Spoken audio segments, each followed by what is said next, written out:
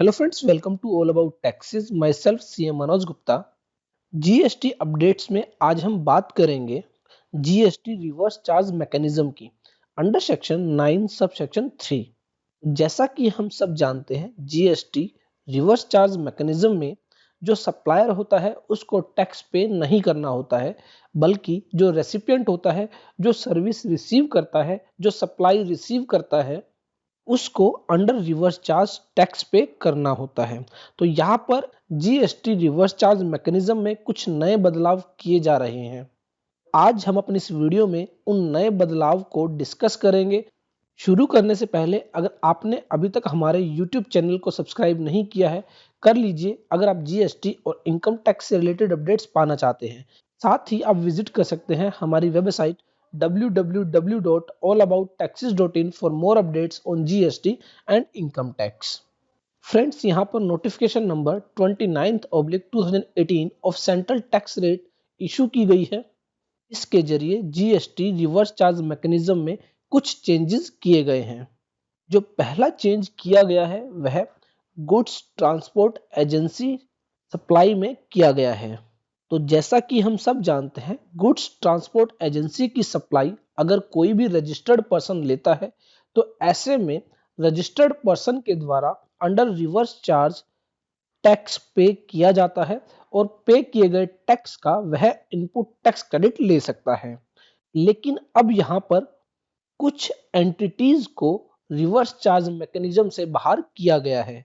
Provided that nothing contained in this entry shall apply to services provided by a goods transport agency by way of transport of goods in a goods carriage by road to a department or establishment of the central government or state government or union territory, B local authority, C governmental agencies which has taken registration under the Central Goods and Service Tax Act 2017 only for the purpose of deducting tax under section 51 and not for making a taxable supply of goods or services।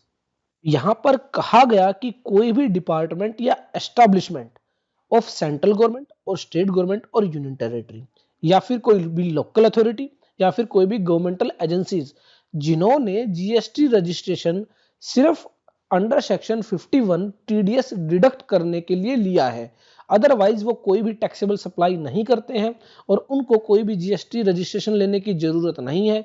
लेकिन जैसा कि हम सब जानते हैं, 1 अक्टूबर 2018 से TDS provisions applicable कर दिए गए थे अंडर सेक्शन 51।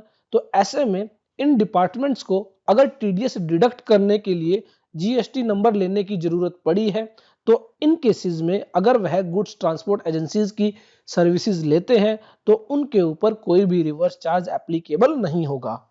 अगर मैं समराइज करूं, अगर कोई भी सप्लायर जो एक गुड्स ट्रांसपोर्ट एजेंसी है वो किसी ऐसे department, establishment of central government और स्टेट गवर्नमेंट और यूनियन टेरिटरी या फिर लोकल अथॉरिटी या फिर गवर्नमेंटल एजेंसीज को सर्विसेज देते हैं जिन्होंने जो रजिस्ट्रेशन लिया है वह सिर्फ और सिर्फ टीडीएस डिडक्ट करने के लिया है, तो ऐसे में कोई भी रिवर्स चार्ज मैकेनिज्म एप्लीकेबल नहीं होगा। ऐसे में गुड्स ट्रांसपोर्ट एजेंसी को फॉरवर्ड चार्ज बेसिस पर टैक्स चार्ज करना होगा। और जैसा कि डिपार्टमेंट या एस्टैब्लिशमेंट और लोकल अथॉरिटी और गवर्नमेंट एजेंसीज वह कोई भी टैक्सेबल सप्लाई नहीं दे रहे हैं तो उनको कोई भी इनपुट टैक्स क्रेडिट नहीं मिलेगा। लेकिन अगर डिपार्टमेंट या एस्टैब्लिशमेंट या फिर लोकल अथॉरिटी और गवर्नमेंट एजेंसीज उन्होंने जो रजिस्ट्रेशन लिया है वह इसलिए लिया है कि वे लोग टैक्सेबल सप्लाईज प्रोवाइड करते हैं, तो ऐसे में आरसीएम एप्लीकेबल होगा और अंडर रिवर्स चार्ज उस डिपार्टमेंट या एस्टैब्लिशमेंट या फिर लोकल अथॉरिटी या फिर गवर्नमेंटल एजेंसीज के द्वारा टैक्स पे किया जाएगा और पे किए गए टैक्स का वो लोग इनपुट टैक्स क्रेडिट क्लेम कर सकते हैं। अगर गुड्स ट्रांसपोर्ट एजेंसीज किसी कंपोजिशन डीलर को सर्विसेज प्रोवाइड करते हैं तो ऐसे में रिवर्स चार्ज मैकेनिज्म एप्लीकेबल होगा और जो रजिस्टर्ड पर्सन है अंडर सेक्शन 10 उसको अंडर रिवर्स चार्ज टैक्स पे करना होगा और उसको कोई भी इनपुट टैक्स क्रेडिट नहीं मिलेगा। इसके अलावा अगर गुड्स ट्रांसपोर्ट एजेंसीज किसी रजिस्टर्ड पर्सन को कोई भी सप्लाई देती है तो ऐसे में रजिस्टर्ड पर्सन के द्वारा आरसीएम के तहत टैक्स पे किया जाएगा और उसका इनपुट टैक्स क्रेडिट वह ले लेगा। लेकिन अगर किसी अनरजिस्टर्ड पर्सन को सप्लाई की जाती है गुड्स ट्रांसपोर्ट एजेंसी के द्वारा, तो ऐसे में वह एग्जम्प्ट रहेगी, उसके द्वारा कोई भी अंडर रिवर्स चार्ज टैक्स पे नहीं करना होगा और गुड्स ट्रांसपोर्ट एजेंसी के द्वारा भी फॉरवर्ड चार्ज बेसिस पर कोई भी टैक्स चार्ज नहीं किया जाएगा।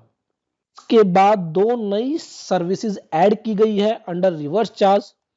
अगर कोई भी बिजनेस फैसिलिटेटर किसी बैंक को सप्लाई देता है, तो ऐसे में अंडर रिवर्स चार्ज बैंक को टैक्स पे करना होगा और पे किए गए टैक्स का वह इनपुट टैक्स क्रेडिट ले लेगा।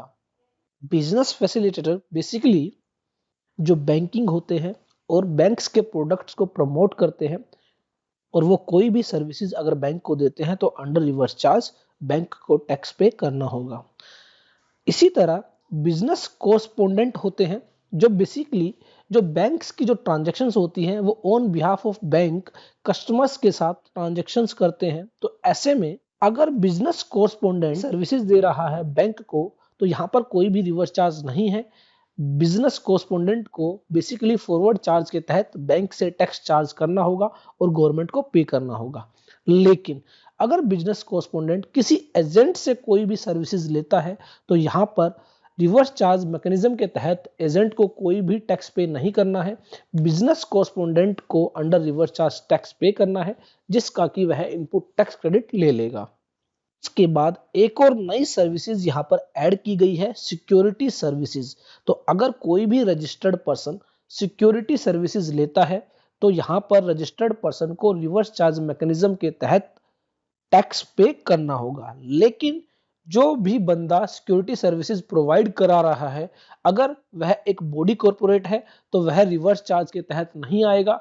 वहां पर बॉडी कॉर्पोरेट को फॉरवर्ड चार्ज बेसिस पर टैक्स चार्ज करना होगा और गवर्नमेंट को टैक्स पे करना होगा। लेकिन अगर कोई भी व्यक्ति other than a body corporate, जो कि एक बॉडी कॉर्पोरेट नहीं है, वह अगर सिक्योरिटी सर्विसेज प्रोवाइड करता है किसी रजिस्टर्ड पर्सन को, तो यहाँ पर रिवर्स चार्ज बेसिस पर रजिस्टर्ड पर्सन को टैक्स पे करना होगा और उसका इनपुट टैक्स क्रेडिट वह ले सकता है।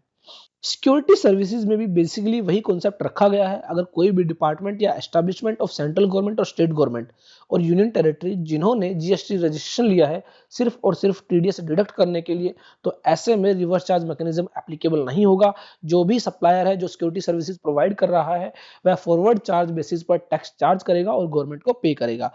लेकिन कोई भी department establishment of central government और स्टेट गवर्नमेंट और यूनियन टेरिटरी या फिर लोकल अथॉरिटी या फिर गवर्नमेंटल एजेंसीज जिन्होंने जीएसटी रजिस्ट्रेशन लिया है, वह इसलिए लिया है कि वो लोग टैक्सेबल सप्लाईज प्रोवाइड करते हैं, तो ऐसे में रिवर्स चार्ज मैकेनिज्म एप्लीकेबल होगा और उस डिपार्टमेंट या एस्टेब्लिशमेंट को रिवर्स चार्ज बेसिस पर टैक्स पे करना होगा और उसका इनपुट टैक्स क्रेडिट वह ले सकता है।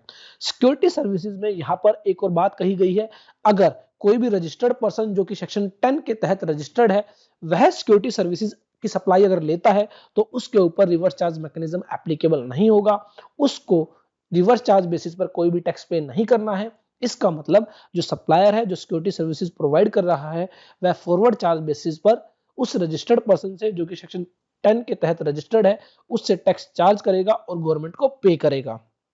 उसके बाद अगर सिक्योरिटी सर्विसेज प्रोवाइड करा जा रही है किसी रजिस्टर्ड पर्सन को, तो रिवर्स चार्ज बेसिस पर उस रजिस्टर्ड पर्सन को टैक्स पे करना होगा और वह इनपुट टैक्स क्रेडिट ले सकता है। लेकिन अगर किसी अनरजिस्टर्ड पर्सन को सिक्योरिटी सर्विसेज प्रोवाइड की जा रही है, तो ऐसे में रिवर्स चार्ज एप्लीकेबल नहीं होगा। यहाँ पर सिक्योरिटी सर्विसेज प्रोवाइड करने वाले सप्लायर को फॉरवर्ड चार्ज बेसिस पर टैक्स चार्ज करना होगा और गवर्नमेंट को पे करना होगा। तो फ्रेंड्स बेसिकली यहाँ पर 4 मेजर चेंजेस किए गए थे। गुड्स ट्रांसपोर्ट एजेंसी की सर्विसेज जो कि रिवर्स चार्ज मैकेनिज्म के तहत टैक्सेबल है, वहां पर उन डिपार्टमेंट, उन एस्टेब्लिशमेंट और उन लोकल अथॉरिटीज और गवर्नमेंटल एजेंसीज को बाहर किया गया है जिन्होंने सिर्फ सेक्शन 51 के तहत टीडीएस डिडक्ट करने के लिए जीएसटी रजिस्ट्रेशन कराया है। उसके बाद 3 नई सर्विसेज ऐड की गई है रिवर्स चार्ज मैकेनिज्म में, जिनमें बेसिकली बिजनेस फैसिलिटेटर अगर किसी बैंक को सर्विस प्रोवाइड करता है, तो वहां पर रिवर्स चार्ज बेसिस पर बैंक को टैक्स पे करना होगा, और अगर बिजनेस कोरेस्पोंडेंट किसी एजेंट की सर्विस लेता है, तो वहां पर बिजनेस कोरेस्पोंडेंट को अंडर रिवर्स चार्ज टैक्स पे करना होगा। तीसरी जो सर्विस ऐड की गई थी सिक्योरिटी सर्विसेज, अगर किसी बॉडी कॉर्पोरेट के द्वारा प्रोवाइड कराई जाती है, तो वहां पर रिवर्स चार्ज मैकेनिज्म एप्लीकेबल नहीं होगा। लेकिन किसी ऐसे व्यक्ति के द्वारा प्रोवाइड कराई जा रही है जो बॉडी कॉर्पोरेट नहीं है, तो ऐसे में रिवर्स चार्ज मैकेनिज्म एप्लीकेबल होगा और जो भी रजिस्टर्ड पर्सन सिक्योरिटी सर्विसेज ले रहा है उसको under reverse charge mechanism tax पे करना होगा। लेकिन बेसिकली यहाँ पर उन डिपार्टमेंट और एस्टेब्लिशमेंट ऑफ सेंट्रल गवर्नमेंट और स्टेट गवर्नमेंट और यूनियन टेरिटरी और लोकल अथॉरिटी और गवर्नमेंटल एजेंसीज को बाहर रखा गया है जिन्होंने सिर्फ सेक्शन 51 के तहत टीडीएस डिडक्ट करने के लिए रजिस्ट्रेशन लिया है, और साथ ही उन रजिस्टर्ड पर्संस को जो अंडर सेक्शन 10 कंपोजिशन स्कीम के तहत रजिस्टर्ड है उनको रिवर्स चार्ज मैकेनिज्म से बाहर रखा है। Friends, notification number 29/2018 of central tax rate आप डिस्क्रिप्शन बॉक्स से डाउनलोड कर सकते हैं। एंड आई होप मेरी ये वीडियो आपके लिए यूजफुल होगी। देखते रहिए, लाइक करते रहिए, शेयर करते रहिए हमारे